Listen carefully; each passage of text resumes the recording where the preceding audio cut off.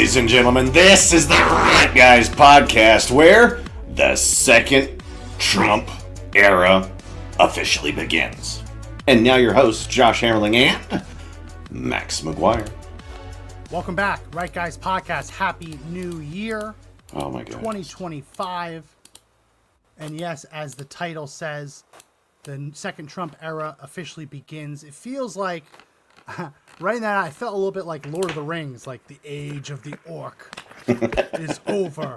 And now we have the age of man. It was like that. Donald Trump's coming back in 3 days, January 6th. They will officially certify Donald Trump's election victory. Ironically, the Democrats, who are now scrambling to figure out a way to not do that, are the ones who changed the law to make it significantly harder to oppose certification. So they get to sleep in the bed that they've made. Donald Trump will be the next president. Mike Johnson was elected speaker by a narrow margin. 1 or 2 votes, right?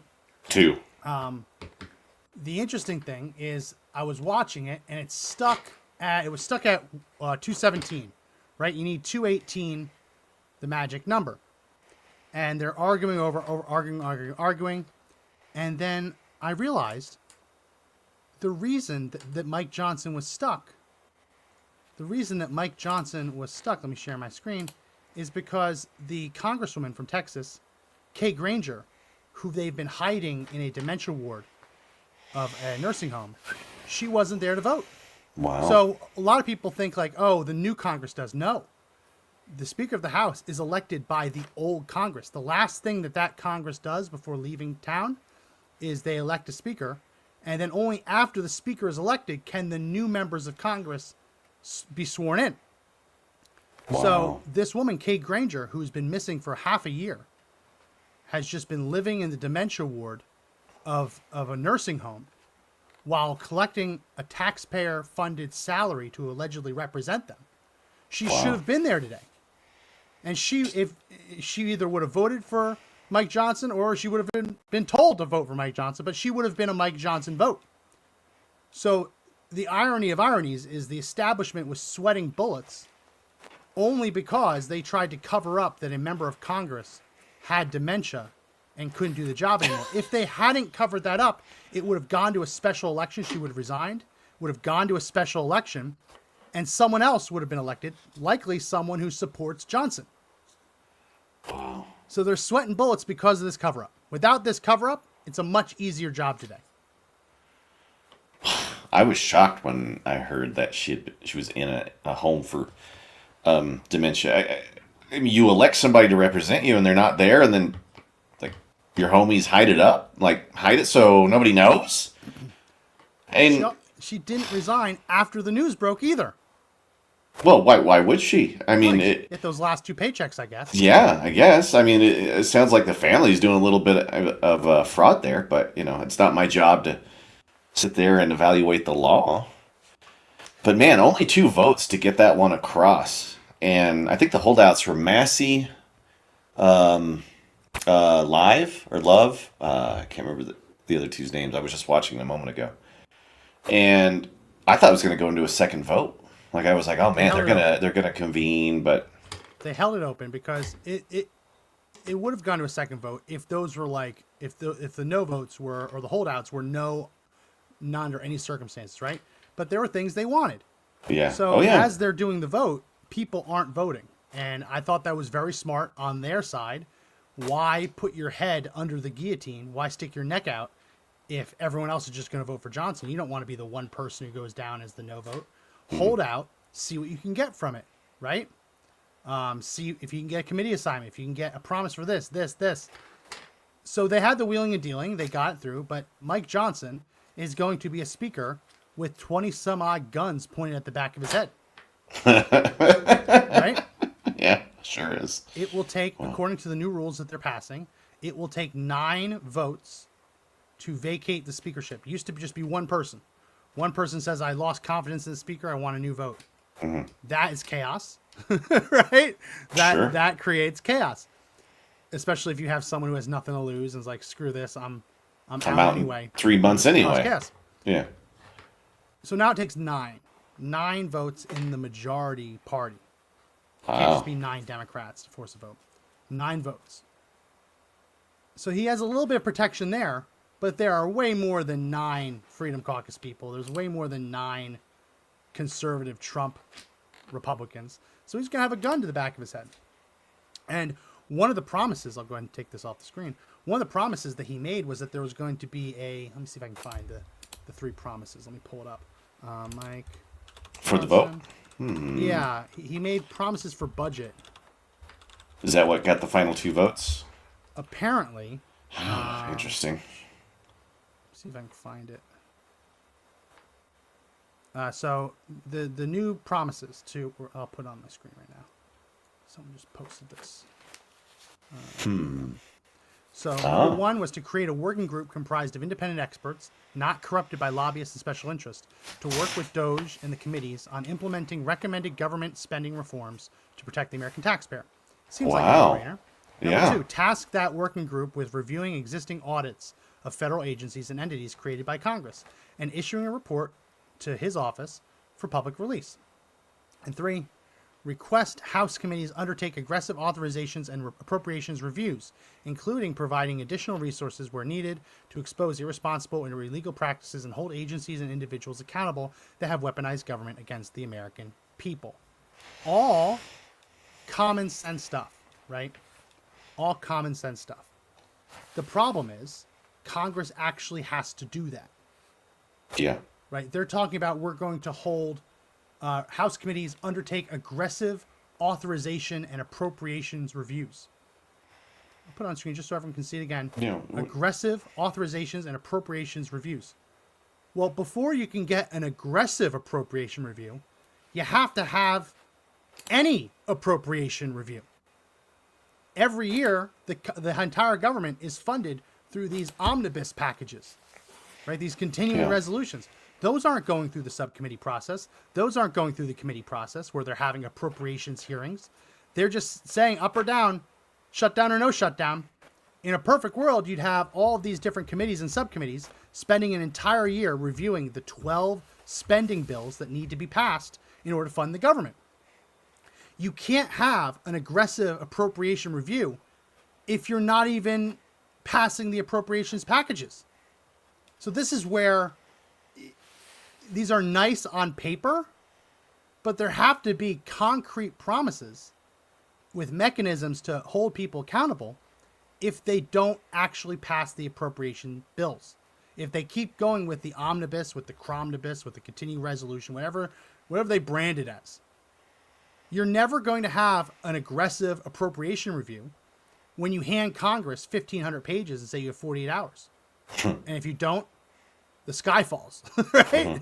Yeah. You can't actually review the waste. Yeah, until like it actually happens, they always say until the votes are actually in, it goes nowhere, right? And that feels like unless they actually do the job, it'll just go nowhere like everything else. It's a bunch of empty promises. But maybe they actually do work on this time. I don't know. Maybe with the MAGA that's out there, they actually end up doing this stuff. But I have my doubts on whether they'll actually be as aggressive as they're claiming. I mean, I would be shocked if it gets there. We're talking about aggressive. Show up. Hold the hearings, right? But what about the lady that's out on at the dementia hospital? Like, I know. don't we think that's a little bit more important than aggressive platitudes on paper? It just feels that way. It's just platitudes on paper to make somebody feel good to get that final vote. And once Johnson's in, he's going to set the whole agenda anyway. At least for the House. You know what I mean? I don't want to get this wrong. Until it actually ends up happening, it's just platitudes on paper. And I really hope they change things.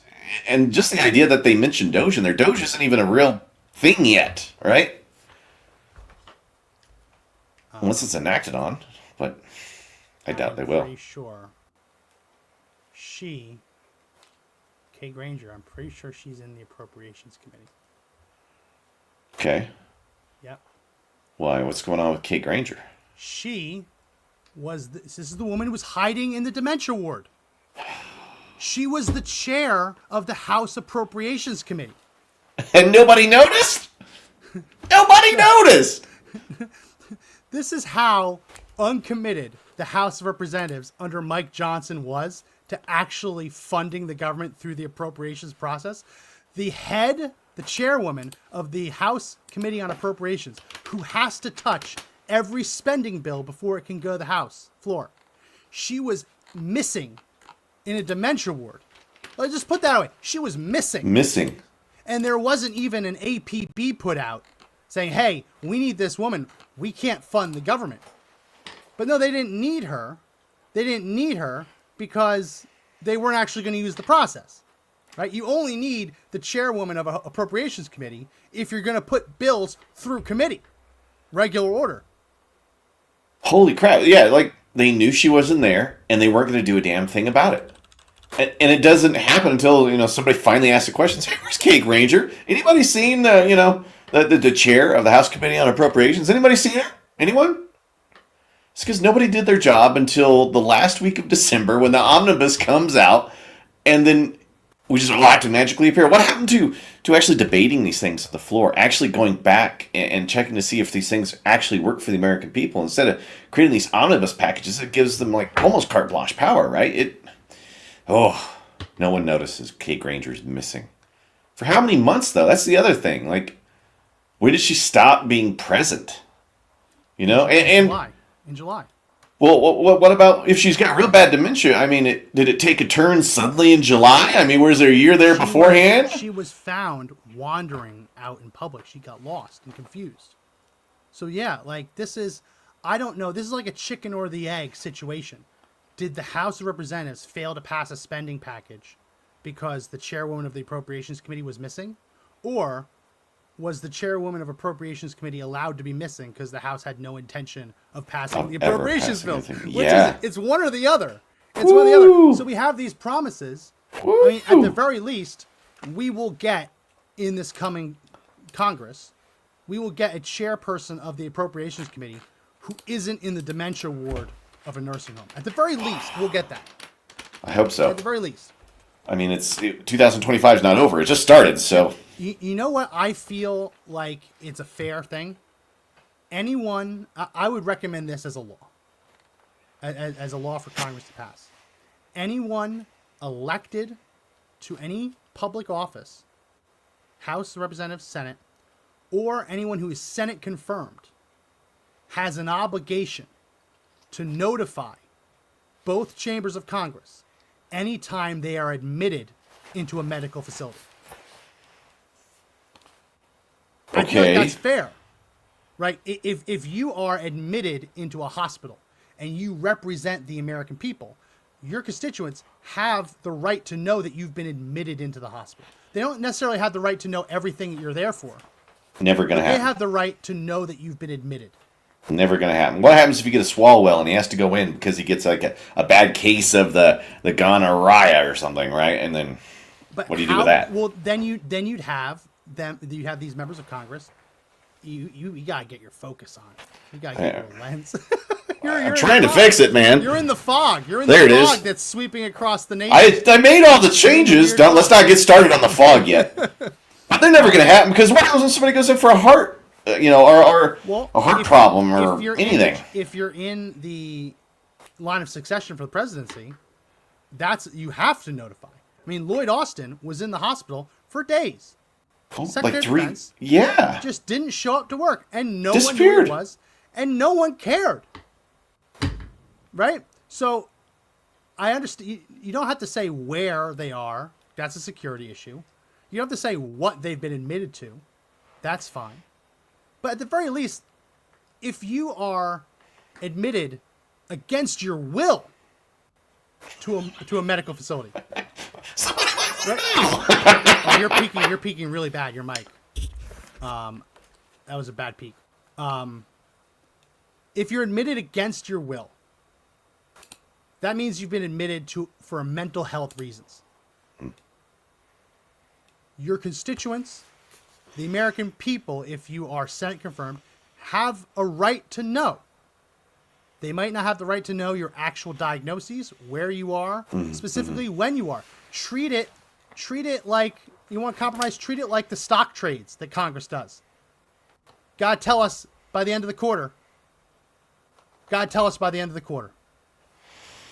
And we'll know if you were hospitalized last quarter. At least then you could get in front of it and not have the chairwoman of the Appropriations Committee in a dementia ward.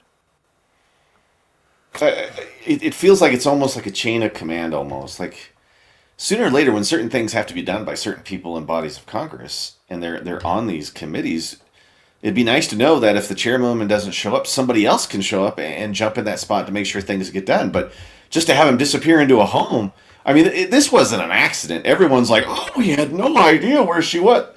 I almost guarantee you most of them knew where she was at the time. Nobody gave a damn. They have to. I really do. I hope. Mandy sent this in. Just in Trump to be sentenced in New York on the 10th of this month. His attempt to get rid of his conviction has failed. Donald Trump will be sentenced. It's not all bad news, though, because here is what Mershon, everyone's least favorite judge, said in the order. While this court, as a matter of law, must not make any determination on sentencing prior to giving the parties and defendant an opportunity to be heard, it seems proper at this juncture to make known the court's inclination to not impose any sentence of incarceration, a sentence authorized by the conviction, but one the people concede they no longer view as a practicable recommendation. So basically, he's not allowed to say what the sentence is, but he is going to say, practically, you cannot incarcerate a president 10 days before his inauguration. Yeah. Like, as a matter of practicality. Like, full presidential level Secret Service protection. Not former president, full new president. Can't do it. So Donald Trump will not be incarcerated. He will not face... He might face some fines. I mean, I guess they can fine him. Well, but they label him as felons, so he ends up losing ability to vote.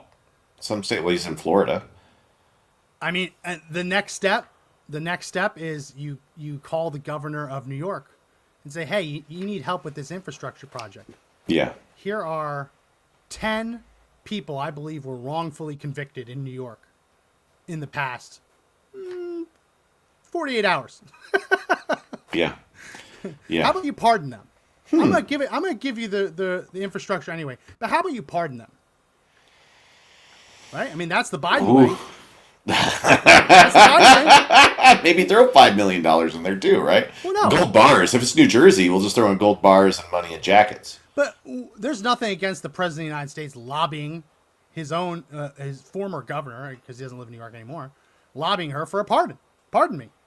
It's in the interest of the best interest of the country. Interest of the country. I mean, if it was reversed, it was Biden facing this. Most certainly would be the argument that would be made at this time. Like, you can't prosecute a sitting president. Like, if the Hunter Biden laptop thing really did make its way in front of a judge, like, there would have been nothing that they could have done at that time. Hunter Biden laptop is not over. It's not over. Because they've got now the picture. You saw the pictures that came out? I've seen some of the pictures in the that one report by the Moral Foundation. This past week? No, then there's new goodies? Yeah. Like, what kinds of new goodies? They finally released the picture of Joe Biden introducing Hunter Biden to Xi Jinping and all of the Chinese business partners. You didn't see that? Show me the picture, maybe. I don't know. I don't recall. But that's like a made-for-TV movie. Well, that's what Joe Biden said. I don't recall. I never did that. Here we now have... Yes, we have proof. Here's one of the pictures. Wow. He's vice president at this time? So, you can't prosecute Hunter Biden for this. He's been pardoned. Yeah. But anyone who gained from that criminal activity can still be prosecuted. And as long as that criminal cabal, the criminal organization, is actively trying to cover this up and cover up the crimes committed by others, the statute of limitations doesn't start ticking. So there is an argument to be made that Joe Biden being part of this criminal cabal this crime family. At the very latest, the statute of limitations started ticking when he had conversations with his son about the need to pardon him. I mean, this is where it gets interesting. A pardon is unlimited. It's for federal crimes, unlimited. You can pardon anyone he wants for pretty much anything, as we just saw across 14 years. Pretty much unlimited. But everyone who wasn't pardoned is still on the hook. And if we remember reviewing the Donald Trump prosecution from Georgia, things don't need to be an actual crime themselves in order for them to be a crime in furtherance, an action in furtherance of another crime. That's what RICO charges are. They don't charge you with a million criminal charges. They charge you with a RICO violation, and then they list everything you did to further the crime family's wealth and advancement. All right, so let's say this starts playing out. He's vice president at the time, correct? When this one happened, or was he president? All right, so if he's vice president, is anything happening that's part of his official duties as vice president? Right, we know the president can't be prosecuted for his official duties. But let's say he was president and introduced Hunter. Would that be an official act, introducing your son to someone? The struggle is that the statute of limitations has run out for most of those crimes. So, for most crimes in the federal code, U.S. code, it's about a 5-year. I mean, there are some that can be 10 years, 11 years, 12 years. Some have no statute of limitations, like murder. Yeah. Terrorism, no statute of limitations. But for this, for self-dealing, likely, I mean, if this happened in the middle of his term, you're still talking about, at the bare minimum, 10 years ago, right? Sure. So it's going to be difficult to prosecute for that. Yeah. Where RICO comes in is that this is one grand conspiracy, right? A criminal organization, and the statute of limitations starts ticking, the timer starts counting down when the last official act of the criminal conspiracy is committed. All right, so let's start walking through this again. So let's say he ends up benefiting many years after there was these introductions, right? And the stuff he's currently having now would be illegal in some way, like treasonous or like dealing or using the office to further yourself. So, I mean, can they prosecute at all afterwards? Meaning that, they committed those crimes while they were official duties, but if those official duties led to you earning money 10 years later, does that mean that the crime's still ongoing? Is that like a form of fraud? Is that the grand conspiracy you're talking about? I don't know. I'm asking here because I really don't know how this shakes out. That's what it gets into, right? I mean, you can make the argument that when Hunter Biden told his pop, I need to be pardoned for everything I did in the last 14 years, that was an ongoing act. That was part of the RICO. That was part of the criminal organization, right? It's 10% for the big guy.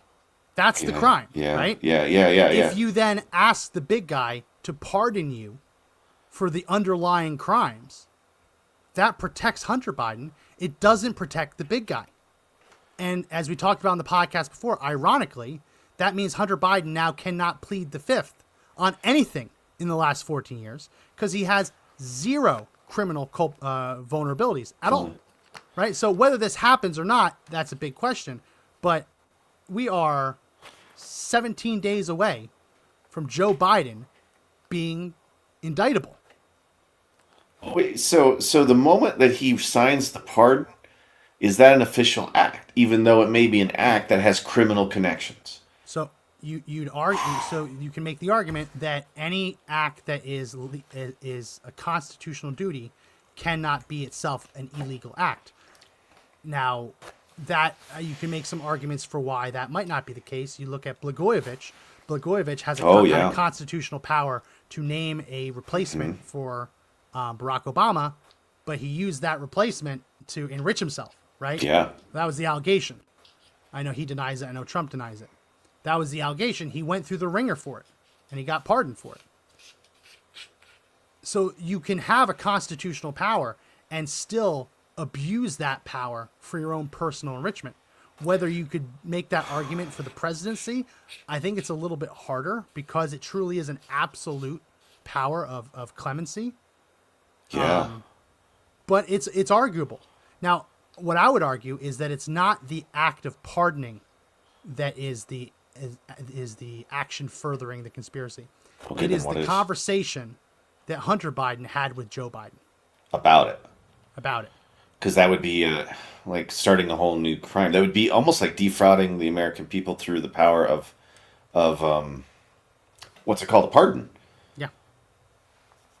Good luck, man. What DA is going to touch that? Like, But Hunter Biden has no legal recourse to refuse to testify. disclose Right. what Joe Biden said to him and what was said to Joe Biden.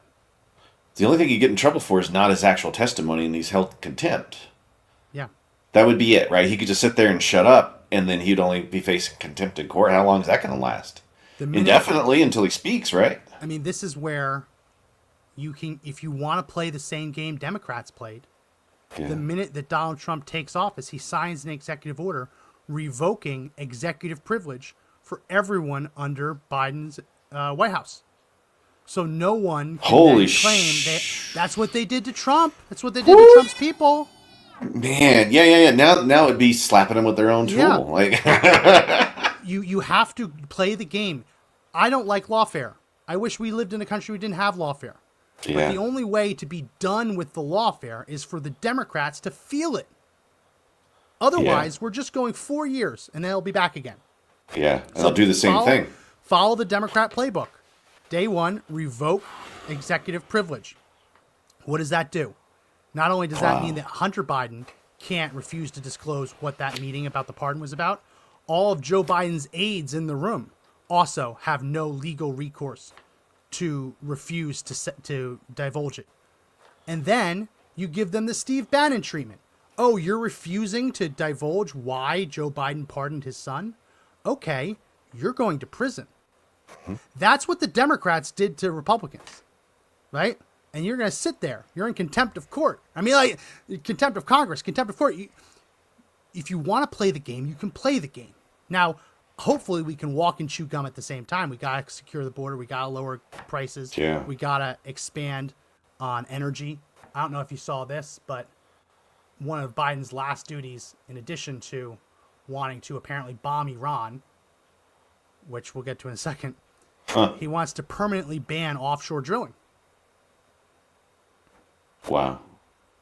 I mean, just the dirtiest, underhanded political tactics I've seen, I think, ever in my life, or looking through history inside of American politics. Yeah. And it's all meant to attack and undo. But again, Max, if they were to remove the executive privilege, imagine all the other things that might have been going on. Yeah. Yeah. Like who's calling the shots on behalf of Trump or on behalf of Biden? Congress needs a select committee investigating presidential readiness. And I want to bring in every single Biden aide, advisor, housekeeper, groundskeeper. Yeah, everyone. doctors. Doctors. Well, they have medical ethics. They could patient-client, right? Yeah, they could, sure. Unless you're Trump, then you can violate attorney-client privilege. But other than Yeah. those privileges, you bring in everyone, and then it's an investigation into what did you know and when did you know it, Did you know it? Yeah. and why did you cover it up? Why did you keep it a secret? Why did you believe that the American people did not deserve to, at the very least, know they were being led by a bumbling idiot, right? So, does that also affect? And then when they refuse, that's, you're getting the Steve Bannon treatment. You're not Yeah. going to tell me what you know and when you knew it. You get the Steve Bannon treatment.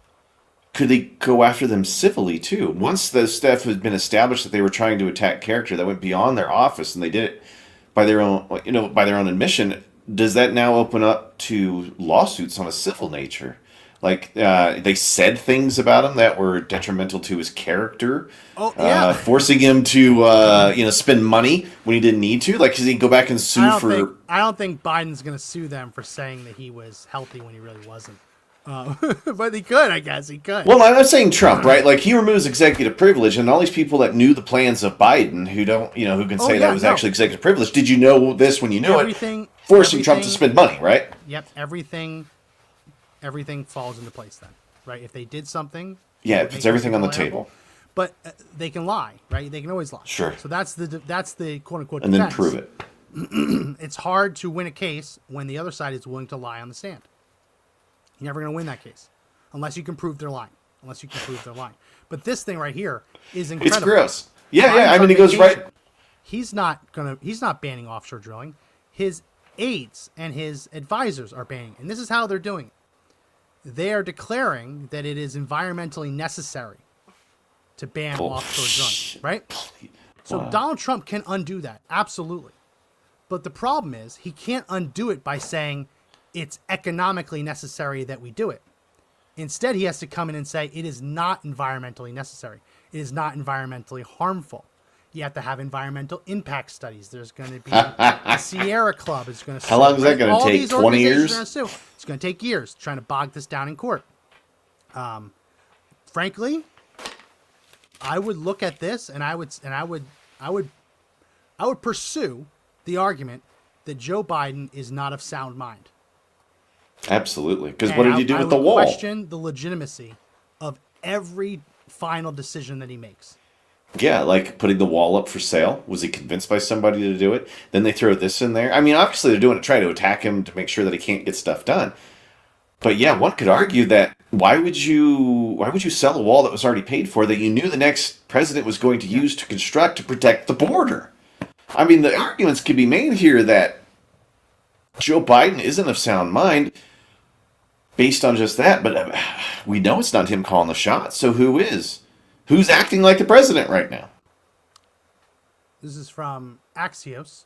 In the last week, Biden himself has had meetings with his national security advisors talking about plans to preemptively bomb Iran, to strike Iran, to disable their nuclear sites.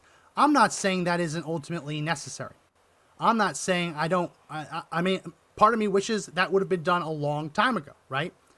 But to even talk about dropping a bomb on a country less than 3 weeks before you are out of office, to basically say, here you go, Trump, here's the presidency, you're at war with a nuclear power. Good luck.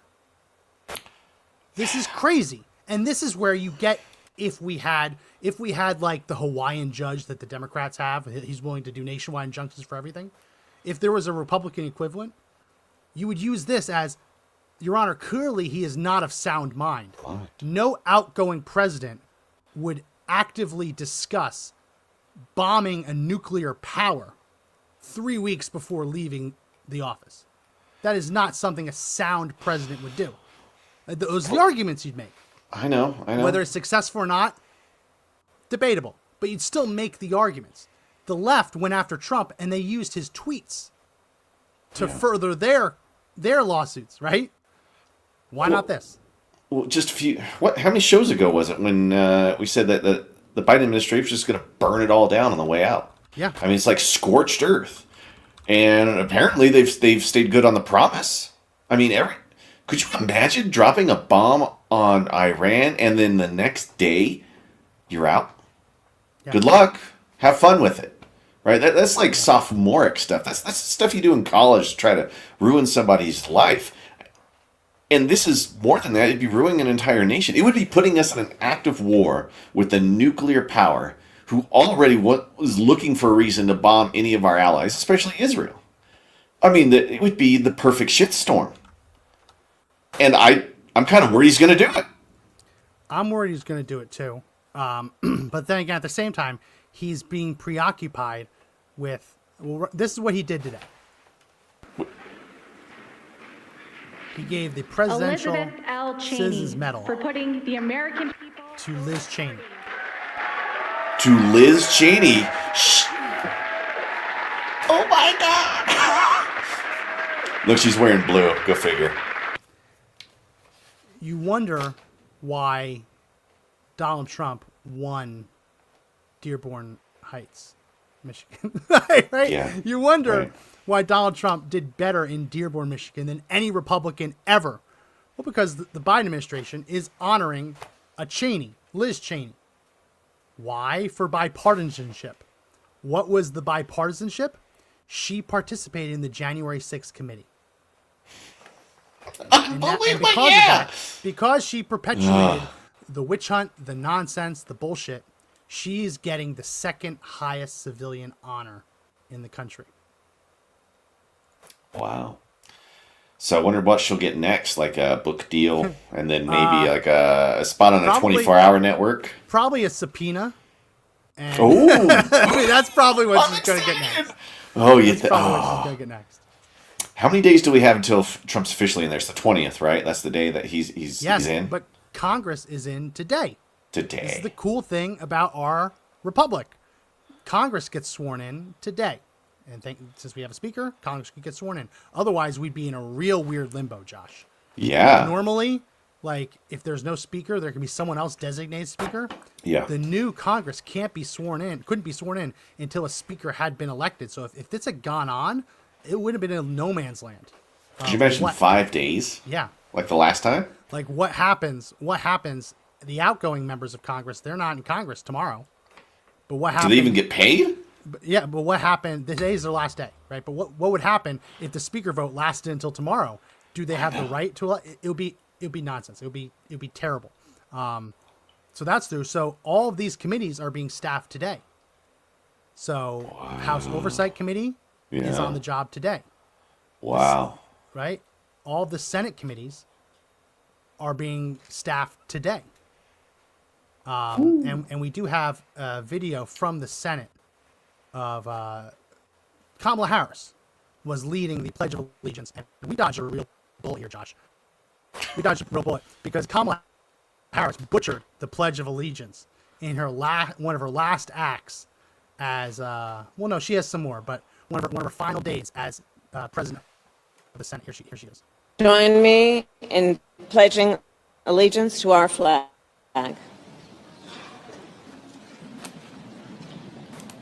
To pledge allegiance to the United States of America and to the. Join me in. I'm so glad she's leaving. Oh, your mic is so peaking, but everyone knows Josh is laughing right now. Your mic is hot. You got my mic has It's like to go 3 up. feet Your away mic has from to me come now, down. too. I think it's your settings. Your settings are too hot. Yeah, no, she started with I pledge allegiance to the United States. She States. called herself. Yeah.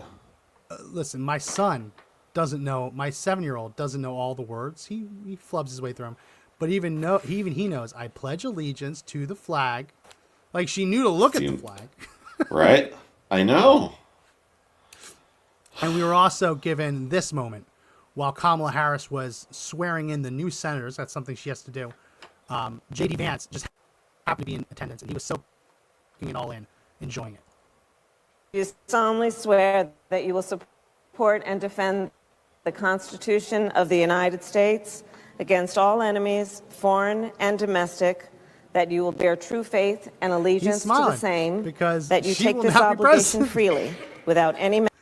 She's swearing him in, and he's just there laughing, Yeah. laughing it up. Like, feels almost Smile like a from Mad ear Dog to ear. moment. Right? Just staring down your opponent like, guess who won? you don't throw the last piece in there. But I mean, that's his official duty. Someday he'll have to do the same, right? So, it's cool.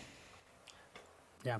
Is there anything else do you think that they're going to pull off in the last days here for them? I mean, he's still got think- pardon power until the 6th, right? He still has pardon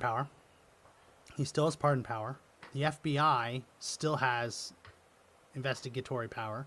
The ATF had just resigned, so that's good. But that's actually also a little scary, having a rudderless ATF with no political oversight at all. That's also a little bit scary.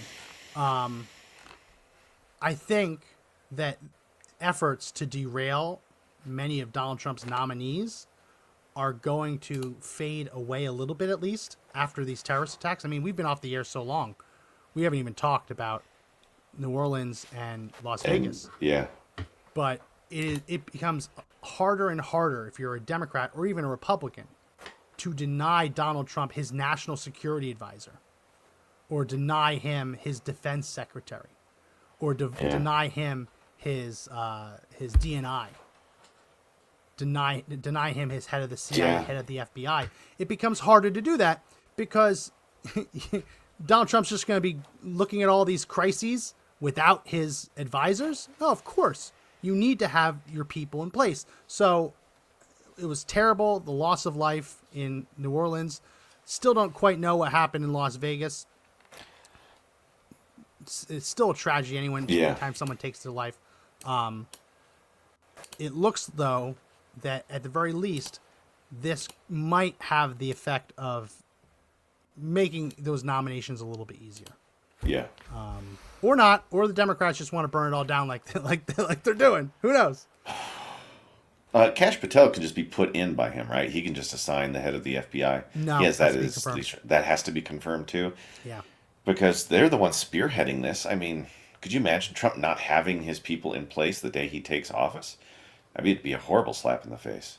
Yeah, not a slap in the face. It's to the point of you're on the plane, you didn't vote for the pilot, but you want the plane to crash.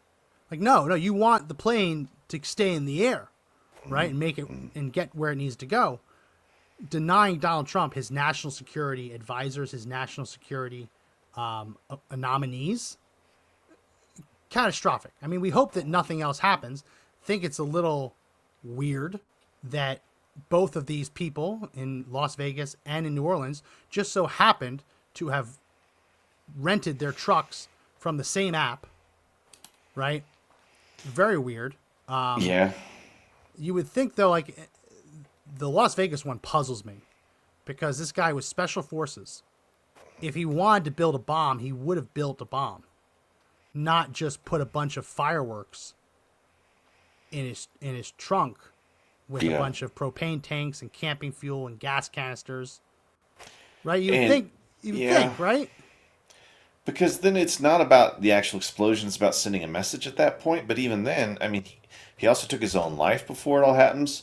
They both happen to be at Fort Bragg or Fort Independence, whatever they call it now. Same know. fort. And Same fort there's the other connections to Colorado Springs, where the guy was stationed and trained. I'm trying to remember the other pieces. Were they talking to the same radicalized people at Fort Bragg, if that's where they ended up getting it? Or, Don't know. I mean, what's going on here?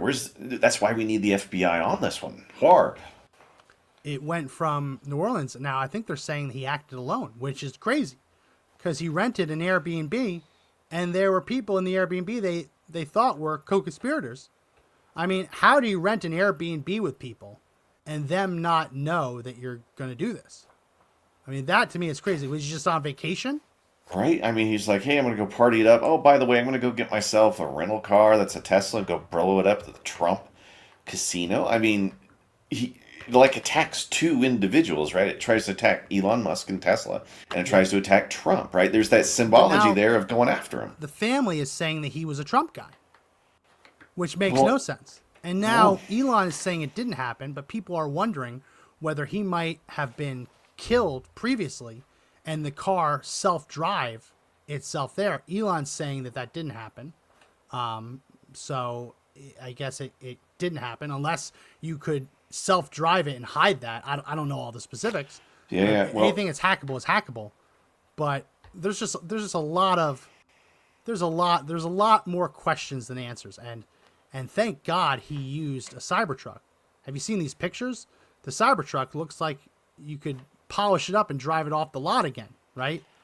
If it hadn't been for the Cybertruck, I mean, it didn't even blow out the windows or the glass doors of the hotel. It blew my mind how much glass in the car in front of him wasn't affected. I don't know if it blew out. I mean, that tells you how much of the Tesla absorbed the detonation. So, whoever was planning that had no idea that was probably going to occur. And the other thing I want to mention is that Musk sent his team out to get all of the video recordings around the outside of the vehicle. So it's like, what? And the vehicle has some stuff too, right? I mean, if they were preparing this thing and they had opened the doors, and there's co-conspirators, and they show up there, how could the FBI make the claim? Yeah. Right? I I mean, don't know.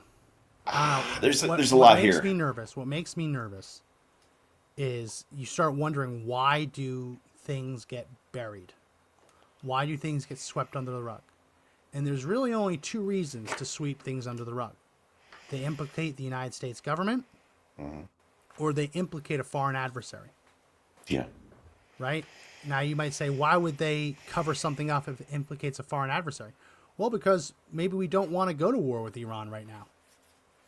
Maybe if Iran happened to be behind trying to blow up Trump's hotel, right? Which is a weird thing to do because he wasn't even there. But if they were behind that, does the government want to then be forced to go to war with Iran? Or sweep it under the rug, hold Iran accountable in another way for another thing, right? I mean, just look at the Donald Trump assassination. I don't know if you were watching Whitney Cummings on CNN. They gave her airtime, and let me see if I can find it. She had some really funny jokes, but one of the things at the end before they cut her off, she's for commercial. Whitney Cummings is joking, saying, "I just want to talk about some stuff that are kind of weird. The media just doesn't want to cover."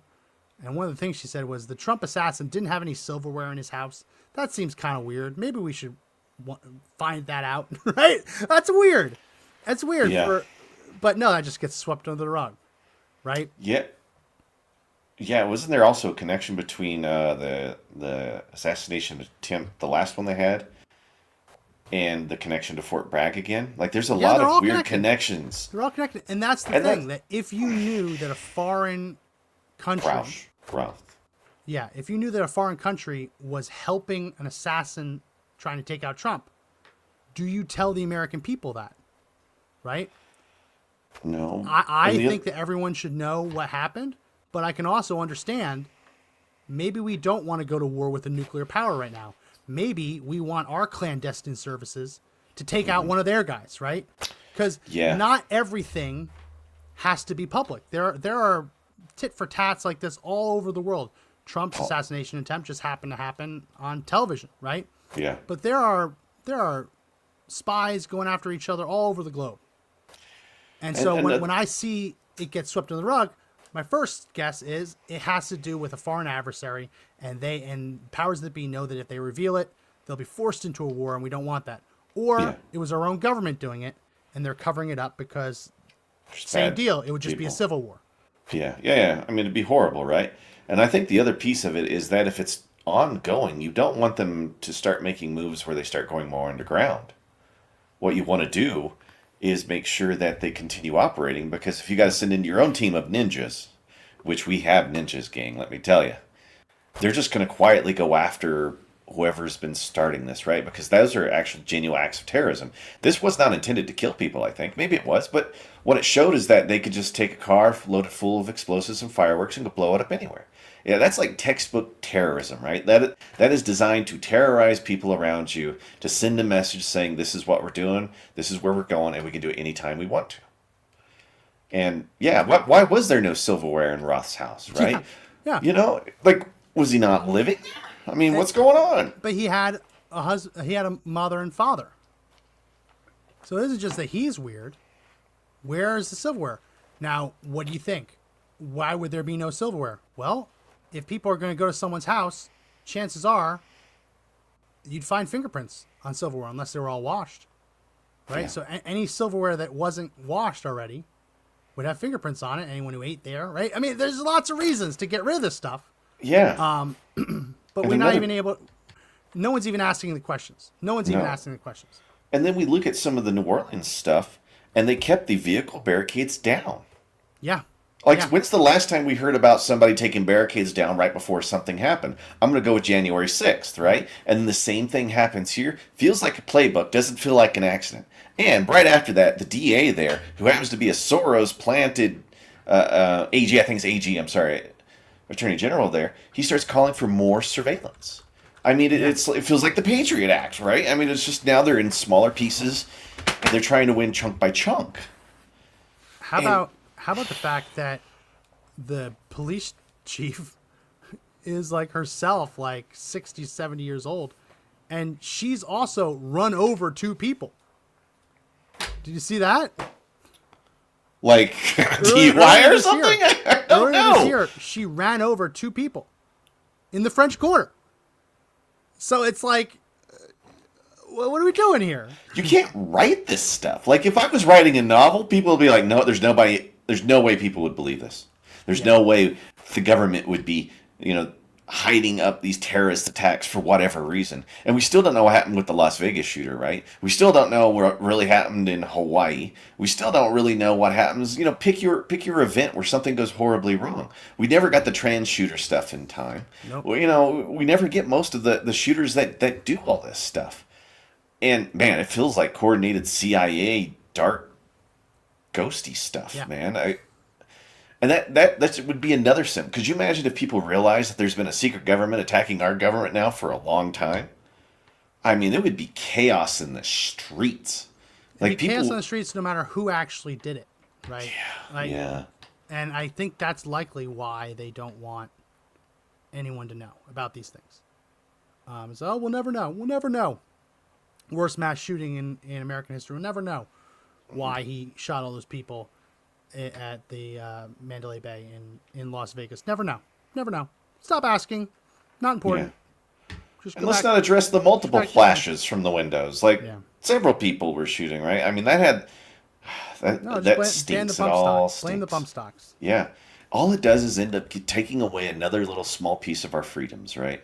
It's like these things are all designed. We can't do it in one fell swoop. We tried with the Patriot Act. That was the start. And then we're just going to sit here, run a bunch of, false flag events, and just chip away. Just take pieces away. No more suppressors. Let's get rid of, just things that go on the end of your barrel in certain states. Yeah. You can't move X money around, right? I mean, move 10 grand around. And watch the feds do over it. This is why you have to have Kash Patel in place, right? I think so. This is why you have to have Pam Bondi in place. There's no room for any error. They need to be confirmed day one. January 20th, after the inauguration, Senate goes into session and confirms them. Done. Full stop. Have to have an attorney general. You have to have a head of the FBI. Can't have these people calling the shots anymore. But what happens when they're wounded animals on the other side? You know what they do, man. Mm-hmm. They're gonna go with whatever is gonna be the hardest hitting. Like, they're gonna be in a corner, and what happens then? Yeah. No, so they get violent. What happens when you corner an animal? They get really violent, really start growling, taking bites at you. We'll have to see. Any final words before we wrap up? 2025 started with the Bang Gang, and I would keep your heads on swivels all the time. If you don't know how to defend yourself, now's the time. Don't think for a second that you can rest right now. That's just on like your at-home level. Yeah. Let's also think about not resting on the political level and making sure that we keep the people in place that need to keep this going, because, man, I just feel like something really, really hard's about to come for all of us. So be ready. Last year, I would carry a firearm most days, but a lot of days I would just leave it at home, especially if I'm out doing certain things that don't need it. Since the election, I am carrying every day. Knife in one pocket, gun on the hip. Make sure your phone's fully charged. Lots of little things. But get an IFAC. If you have the ability to carry, and it's legal in your state for you to do so, highly recommend you do it. Here. Highly recommend. Well, that's it for this edition of the podcast. Happy New Year. If you like the podcast, give us a thumbs up, follow, subscribe, like, comment, share. We're on YouTube. We're on Rumble. We're on X. Monday, Wednesday, Friday, when there isn't a holiday in the way. So tune in for that. We also have the audio edition of the podcast, which is, we try to keep this as audio friendly as possible so you can listen as you go about your day. That's available on Apple Podcasts, Spotify, Pandora, iHeartRadio, TuneIn, Podbean, Audible, all great places. Follow those links down in the description. That's it for this edition. My name is Max McGuire. I am Josh Hammerling. Remember, the fight to take back our country is not over yet, but the only way we win is if we all stand and fight together. See you next time. See ya.